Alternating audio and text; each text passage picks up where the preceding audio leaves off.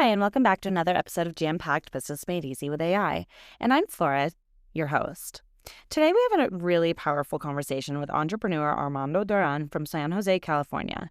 Armando's story is one of the most inspiring transformations we've had on this podcast. At just 19 years old, he found himself in San Quentin State Prison, and it was there that he made the decision to completely change the direction of his life. Today, Armando runs multiple businesses, teaches Jiu-Jitsu several days a week, and raises 5 kids with his wife, and is actively using AI tools to streamline everything from marketing proposals to daily business reporting. In this episode, we talk about his journey from traditional sales to digital marketing, the discipline he found through martial arts, and how entrepreneurs like him are starting to use AI to save time and scale their businesses. If you're curious how real business owners are actually using AI in the wild, you're going to love this conversation. Let's jump in. All right, Armando, thanks so much for being here with me from sunny but kind of cold San Jose. Go ahead and tell us a little bit about yourself. Yeah, sure. So my name's Armando Duran. I'm from San Jose, California, and I do digital marketing and advertising for the Brazilian and Gracie Jiu-Jitsu community. Oh, that's so niche. Yeah. Tell us more. Yeah, so I've been wanting to train jujitsu for part of the past 7 years. There's only one school that I wanted to train at, which is Gracie Jiu-Jitsu, because I love their whole programming and the way they teach, because they don't teach sports jiu-jitsu. They teach self-defense jiu-jitsu, which is completely different. So I'm not into the competitive sports stuff. I'm into actual real life self-defense type stuff. And that's why I like Gracie Jiu-Jitsu. Yeah, and they're very beginner. Yeah, exactly. So they're very beginner friendly, and I love their messaging. And so I've been following them for many years online, but there was never a school nearby me that was convenient for me to join. I considered joining other jiu-jitsu schools, but they were more sports focused, which I didn't like. So they finally opened one up in Saratoga about 2 years ago, and I joined that one. And I've been training there, and I've been helping them with the marketing and advertising. And now I'm at a stage where I'd like to create, and that's where Club Jam and you guys' community helps with that, because it gives me more confidence in building out this entire system for the entire organization, because the organization's worldwide. Alone in in the United States, they have like 160 CTC certified training centers, Gracie Jiu-Jitsu owners. So, but they're all over the place worldwide. But I just want to create a system for them. So I feel like we kind of jumped ahead. So you tell me about, your interest in jiu-jitsu, but was your background in marketing prior to this? Yeah, so I've been in sales and marketing, like old school sales and marketing, since 2004, 2005. I started my first company back in 2004. It was a catalog distribution company. It's very young, 23, 24 years old. So kind of cut my teeth into entrepreneurship back in those times when it wasn't popular. The popular thing to do back in those times was get a safe, secure job and live off the retirement, right? So I went to college for about a year and I dropped out because I read a book called Rich Dad, Poor Dad. And I realized that you don't actually need a degree to start a business. And the whole time I was in college, I thought you needed a degree to start a business. So I didn't understand the difference between business ownership, nowadays called entrepreneurship, and employee. So I was like, oh, cool. I don't need a degree. I'm out. So I just started my business. And from there, I've been kind of like snowballing to different businesses throughout the years. But that's okay. Well, tell us about your other businesses. So right now it's just 2 of them, which is takes most of my bandwidth. I know that's way out of the scope of what I shared with you, but I also have a security business, a small security company. Cool. So I manage a security team. We do private security for the nightclub and bar industry. So I've been doing that for 20 years. Awesome. And so we do like big events and nightclubs and bars. So so that's what I do as well, and on top of the marketing and advertising. But I got into digital marketing in 2015. So from 2004 to 2015, I wasn't really into digital marketing. I kind of dabbled into social media marketing, but I read a book that changed my life. It was called .com Secrets by Russell Brunson. Are you familiar with him? I'm not, but I'm writing it down right now. Oh, That's when he first launched his book. It changed my life. I believe he was on the podcast for John Lee Dumas. This is how much I remember. In fact, if you go to my inbox in Gmail, you search .com secrets Amazon, you'll see me purchase his book in 2015. And it rocked my world because he's basically doing what I'm doing as an old school sales guy. The persuasion, overcoming objections. At the time, I was working at Vitamix. You know the Vitamix Yeah. vending machine. So I was doing road shows for them, and we did road Wow, that's shows at hard. Costco's. Yeah, yeah. So Yeah. that's high level salesmanship. You have to build a crowd, catch their interest, go through your presentation, the script, and ask for the close, right? Close and sell machines. So we used to sell 10 a day. And so I was doing that over and over again, pitching off the script they trained us.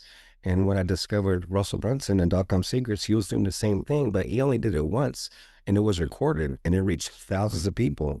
And I made that connection with leverage. I was like, wow, he did it once. I'm doing it 100 times a day.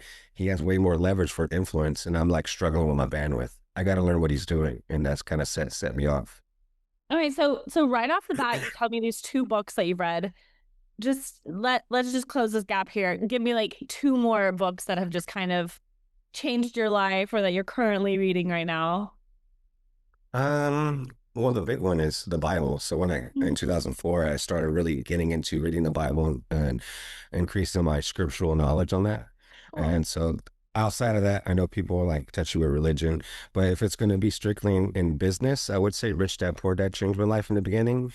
As of nowadays, I'm so busy in execution with family. I don't know if I mentioned, my wife and I have been married for 18 years. We have 5 kids together, 3 boys. Yeah, awesome. Yeah, so it keeps us busy. So the way I consume content now is through podcasts and audiobooks. And so I listen to the in the background. But another business book that changed my life was How to Win Friends and Influence People by Dale Carnegie, I think it is. Yeah, we have that. We have that at home with us. Yeah, so that changed my whole perspective on like persuasion and building relationships. So it was really, really cool. All right, Armando, you have 5 kids. Mhm, You have been married for 18 years. You mhm, have 2 businesses. I mhm. imagine you also participate in jiu-jitsu, like you also train, right? Yeah, so I train and I also teach. More training and teaching, about 4 to 5 days a week, and my kids are involved Wow. too as well. And we're big on Bible studies. So my wife and I were Jehovah's Witnesses. We go twice a week in the congregation. We have our own personal Bible studies. So and obviously house maintenance is never ending. Dishes and laundry never ends. So you already know. I And then mean, like also the 5 kids. yeah, so they got homework. They want to, and they fight with each other sometimes. I gotta have the bandwidth to teach them for our Bible courses, so it's pretty crazy. Like my Wow. bandwidth is the only thing that's really stopping me from growing as fast as I like, which I signed up for. I'm not complaining, but this is what I wanted when I was young. I wanted a No, big family, man. I don't hear you complaining at all. So how did you find Club Jam? A score. Cool. And how has it changed things for you? I mean, it's not everyone who listens to this is a member in Club Jam, so they, this is not like a sales pitch for Club Jam at all, right? I'm connected to you through Club Jam, and I'm grateful for that. Um, and there are some people who sign up for Club Jam and they take it so seriously. They attend all of the trainings. It can kind of become this whole new like school. Mm. No pun intended there, because we're also on the school community. But Yeah. and then other people kind of just like touch base when they can prioritize it. But where do you stand in that that balance? And talk to us a little bit about how your journey has been with Club Jam. Club Jam, I discovered through SCORE. I had it on my list to join some kind of community or training program that helps me with my business. And I knew AI was big. I was an early adopter with ChatGPT when it first came out, and it blew me away. And I was like, man, there's so many stuff going on. I just need help organizing all these resources. Um, and when I discovered Club Jam through SCORE, because I was like reaching my hands to different organizations, I was considering Billie Jean as marketing. They had an AI training thing. I don't know if you know who that is. Tony Robbins and Dean Graciosi had this I heard that huge one. launch. Yeah. And I considered joining those and I seen Club Jam. And I love Club Jam because honestly, just the way Jam, the way she kind of like teaches, she wasn't really salesy, but she was a more practical. And I kind of just, I like the smaller, intimate intimate group rather than a big old group like Tony Robbins. There's like I feel like there's not a lot of, I mean, I just don't feel like it's as authentic as it could be when you have a small group.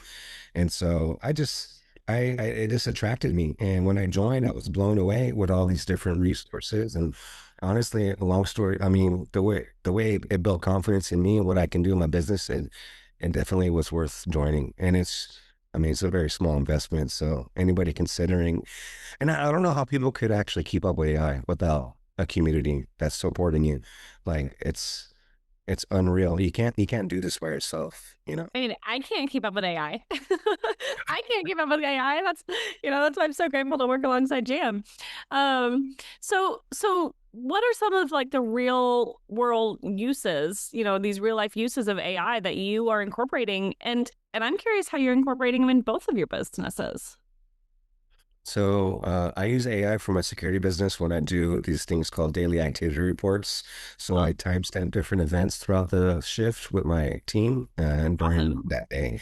And I put that into ChatGPT. I have a whole chat thread dedicated to that type of work, and it spits out a report for me. And so I do less typing, and it organizes and formats it. On the marketing side, obviously, there's so many things like sales copywriting, strategy, proposals are my favorite. I used to take me like a week to write a proposal, and I used to charge my clients for that because it took so much time. Yeah. Now, I don't have to charge them no more because it's just so easy, So there's some examples there. You're just saving time. You're saving time, and it's just amazing.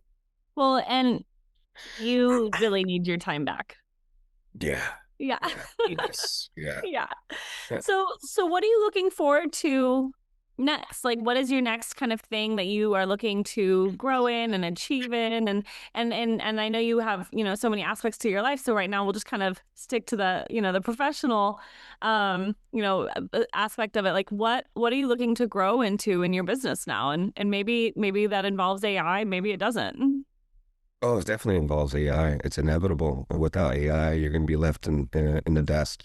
Yeah. You have to be adaptable in this market nowadays. Just like how we went from horses to cars, you'll be left behind. No matter how romantic you feel about horses, the majority is going to start driving cars.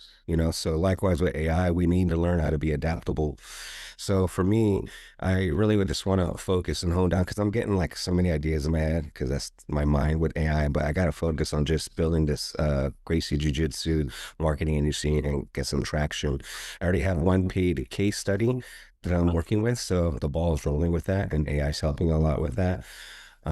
So that's basically what I'm doing. I do have another idea I want to use with AI that I actually want to document with the team to start from scratch and use AI to build it, which is a lifestyle media platform around my interests. And the name of it is I came up with it and AI helped me with it.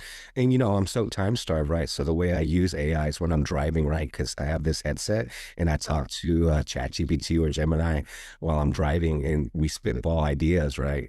So the blog or the platform I want to create is called Coffee and Burpees because it's part of my superhero origin story, which it's a long story, but maybe one other day we could talk about it.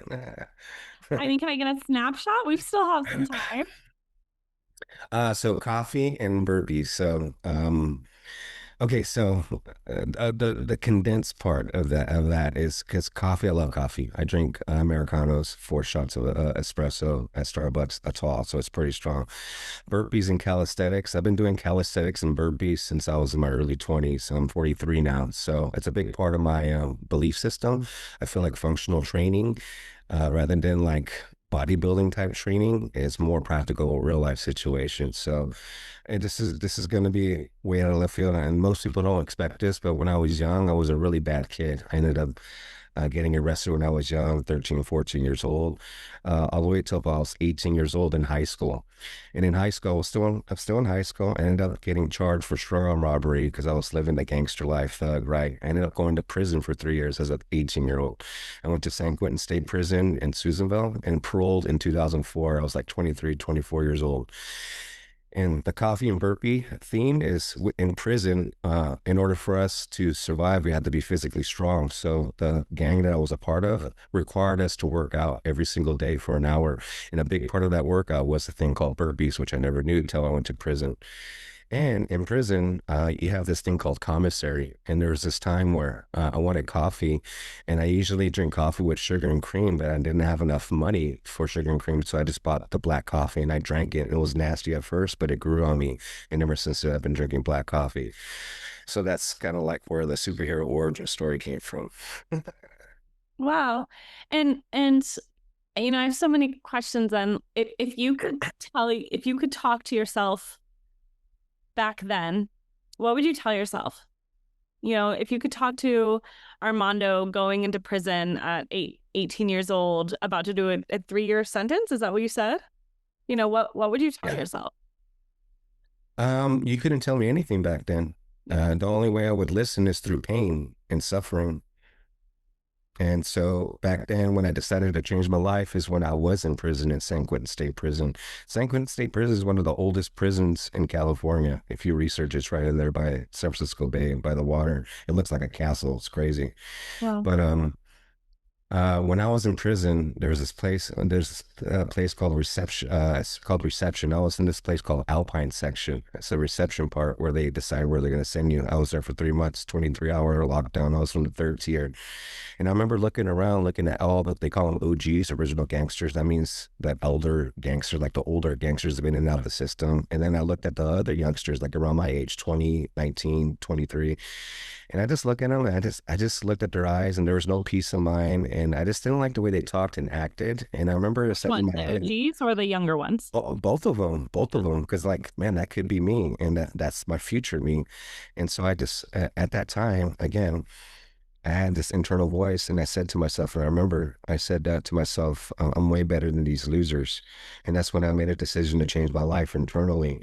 Obviously, that's not going to happen overnight, but I had to make a decision to go left or right, because I seen, how when you take action, you can visualize the results at the end of that action with the eye in your mind. Well, it's also the importance of visualizing those results. Yeah. So I see myself like, if I'm really about this life, I have to make a left. And in my mind, I went to the end of that road and I seen a monster, and it scared me.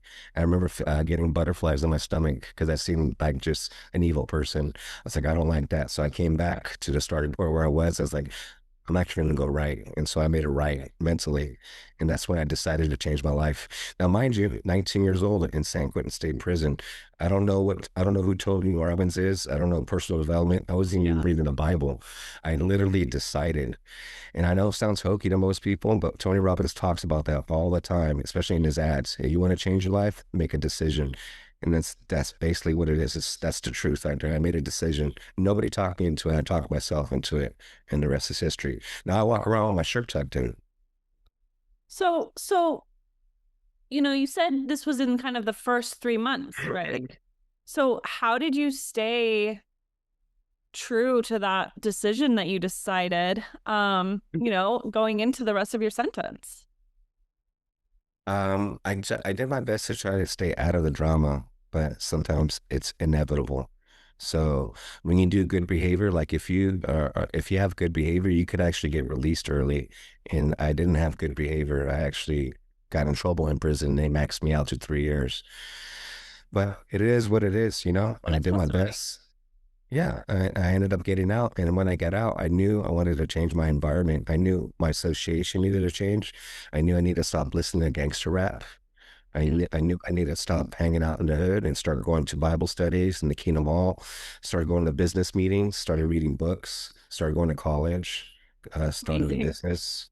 So, I was so illiterate when I came out of prison. I couldn't even read out loud. Bible study and reading the business books helped me with my vocabulary, That's how bad it was. Let's talk a little bit more about that business. So if someone's looking for someone to help them with digital advertising and marketing, do they reach out to you, or are you very much in your niche and you're staying focused in that niche? Dude, I'm so old school with it. All of my business comes from word of mouth or like outreach. And Amazing. I don't even have a website for my business for my security or marketing. So all my business comes from word of mouth, which is cool because it keeps me busy. But if I was in a position where I needed more leads, I'll definitely put that out there. But all these years, I never really needed one. I remember started building one out, but it took so much time. I hadn't worked that clients were paying me to do. And I was like, why should I work on my website that brings me zero income when I could just get paid right now? And it's been like that ever since. How fun. How fun. So are you using AI in your client work as well? Absolutely. Yeah. For proposals, for sales copywriting, for strategy, for clarification on different technology, for coding. Yeah, absolutely. And that's in your business, but are you also you're also using those skills for your clients? On all those I mentioned, I actually do it in their business. Awesome. Awesome. Yeah. Cool.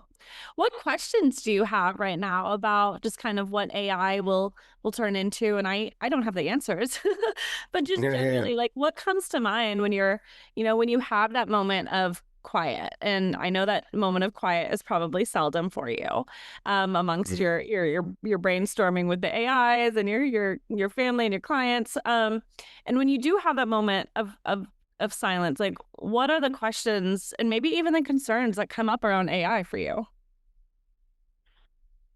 Questions really, it's not too much of like getting your hands dirty with AI. It's just the mindset of wrapping your head around AI, especially if somebody who's struggling with it. Because for me, I'm all in, right? Obviously, there's security issues. I mean, I just got off the call with Jam and Kevin, and they're doing vibe coding with Claude, right?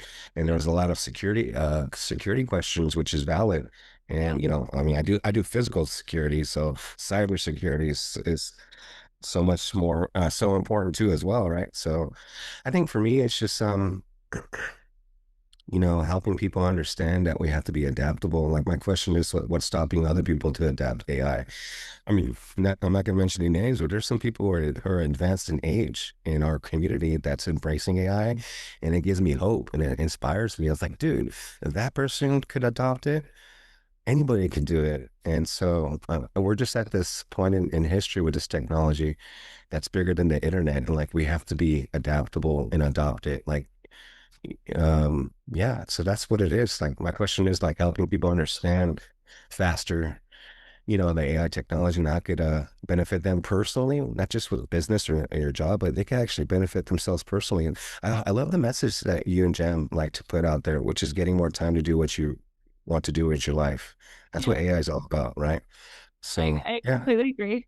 And, just life is absolutely what we make it, right? And going back to this idea of decisions, like my dad always taught me life is all about decisions, right? And when our daughter was diagnosed with leukemia, it was kind of one of those things like, Well, well, hey, we didn't decide this. Wait a minute. yeah. This isn't because of our bad decisions, and but at the end of the day, it's just like it's how you decide to handle what life gives you and also what you've Yeah. made life, right? So, I mean, obviously a leukemia diagnosis and you making the decisions you made to end up in prison are completely different. However, we both have the same amount of control to make the right decision and Mhm. and either take that left or that right turn, right? Yeah. Well, that must have been really challenging with your daughter in leukemia. How's your daughter doing now? She's great. Yeah, thanks for asking. No, and Yeah. but my point is kind of we all have these challenges in our life, right? Yeah. And life is absolutely what we make of it. We are not victims of our own life. And Yeah. to utilize the tools available to us to better our lives, professionally, personally, to create more time to spend with your kids, to create more time to explore your spirituality and religion, if that's a part of your life, and to use these tools for good, right? Yeah, absolutely. By the way, I was a big fan of hearing the podcast episode with your dad, U.S. Navy SEAL or something like that. Yeah, That dude's a savage, man. I was like, oh, this podcast is amazing. I love his mindset. That's the mindset I like. I love that mindset. I adopted. I'm a big David Goggins fan. When I heard your dad and that podcast, I was like, oh, that's so dope to have a dad like that. no, he is. He's like my little like inspirational speaker, just like on speed dial. It's he's not little by any means, And Armando, you'll get this as a dad, like it's me and he's got I've got his two granddaughters and Yeah, he might seem rough and tough, but let me tell you, that man, he's a pretty soft heart, and all the right. That's cool.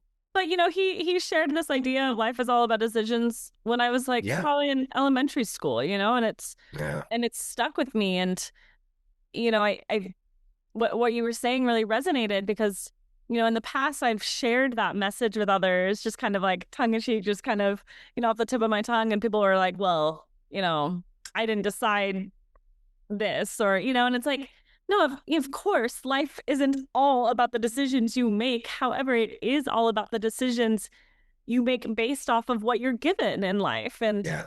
Yeah. and Absolutely. we talk to so many people that luckily not so much, and luckily that we're in this community with people who are really embracing AI. And but in the day, there were lots of conversations about fear around AI. And it's just it's like this tool is here now, like let's decide to do good with it and to use it to give us more time in our day, and like you said, to embrace it, Yeah. right? We have to, and I'm glad you brought it up because I know you guys mentioned that in your past podcasts. By the way, I'm almost done listening to every single podcast you guys put out, just to FYI. But I love how you, in some of the past podcasts that you guys talk about how using AI for good, because there's people out there using AI for bad. I remember hearing a story where this guy used AI to mimic somebody's voice. It was a son of these parents and convinced the parents to send them money, and they lost all their money, but it was the AI generated of his son's voice. So there's people using AI for bad. There's people using the internet for bad. We have an obligation to use this technology for good because this technology is inevitable, so. Totally. And I think there's kind of this beautiful synchronicity here. I mean, you say, you know, you train jiu-jitsu and more of this kind of for what's the word? I don't want to put my own words on it. Like you do What's it that? not for combat, but for Oh, yes. Like sports and competitive aspects, like tournaments versus actual real life self-defense. self-defense. Yeah. So it's, Yeah, you've got, practical. yeah, practical. There we go. You've got that level, and then you've got this level of security, and they're both kind of this, alignment of Hmm. security and protection, right? And Yeah, I just absolutely. thought that was really cool, and I think it's really cool when you see these um similarities in your life, when your life kind of keeps coming back to these similarities, right? And it's like, even the irony of you going to prison for armed robbery, like there was almost this Strong level recovery. of like self-defense in that, and the way you have Yeah. moved it and moved past it. It's really cool to see. And I'm excited to continue following your journey and to see where you grow your companies and your personal life, and what you do with AI. And I hope you'll continue to share that in our school platform, and with us. And thank you so much for your time, Armando. Thank you. It was fun. Thank you so much for my pleasure. Cool. Talk soon. Bye. Have a great day. Bye.